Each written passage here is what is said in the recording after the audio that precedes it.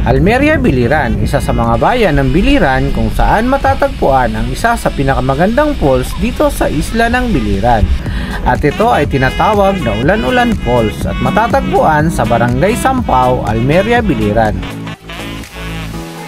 Bakit nga ba tinawag na Ulan-Ulan Falls? Dahil sa taglay nitong pagbagsak ng tubig na kahit malayo ay mararamdaman mo ang pagdampi ng tubig sa iyong balat na animoy umuulan. May taas din itong 70 talampakan pababa at matarik pero simentadong daan. Sino ba naman ang hindi mamamangha at walang balak puntahan ang ganitong lugar pag napunta ka ng Kabisayaan? Kaya muli mga ka-road trip, samahan nyo muli kami sa part 3 ng aming road trip adventure sa isla ng Biliran. Lamig pa, Gabi! Yung lababo nila, yung tubig nila ay galing sa taas, galing sa bundok. So running fresh water galing sa bundok. Pwede mo yan nainom? Oo. Oh, talaga! Tawag tayo! Ayan, tuwan-tuwa yung mga taga-bukid. Mali ka na. Kaya?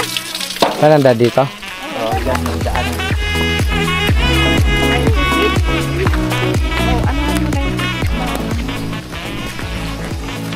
Wala, nainig ko na ko eh.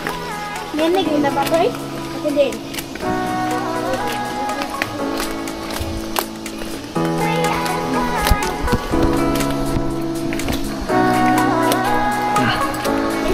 May street. So maglalakad tayo dito guys, pababa ng Ulan-Ulan Falls. Titignan natin kung ilang minuto yung lalakarin natin simula doon sa taas.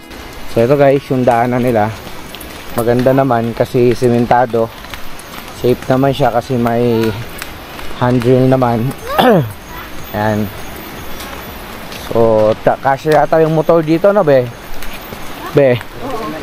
Kasya yung motor tsaka bike, pero syempre bawal ipasok. So tao lang, daanan lang talaga siya ng tao. Ayun! Yan. Yan, naririnig na nila. Kita naman namin eh. Kita lang gani. Go!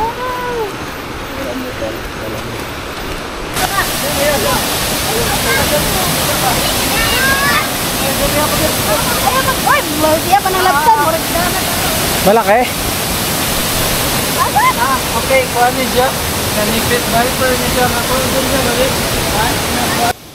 Guys, habang kami naliligo, hindi maiwasan na makakita kami ng gantong hayop katulad ng ahas. Ngunit hindi namin to pwedeng hulihin o patayin dahil ito ay kanilang natural habitat. So dahil nga nakakita kami ng ahas ay nag-decide na rin kaming umuwi para sa aming kaligtasan. So guys, kung sakaling pupunta kayo sa gantong lugar, siguraduhin nyo na mag-ingat na lang kayo at tignan nyo yung kapaligiran nyo, baka may encounter din kayong gantong pangyayari. At least hindi kayo mapapahamak. Okay guys, so inuulit ko, wag nyong huhulihin yung ganto at wag nyo rin papatayin.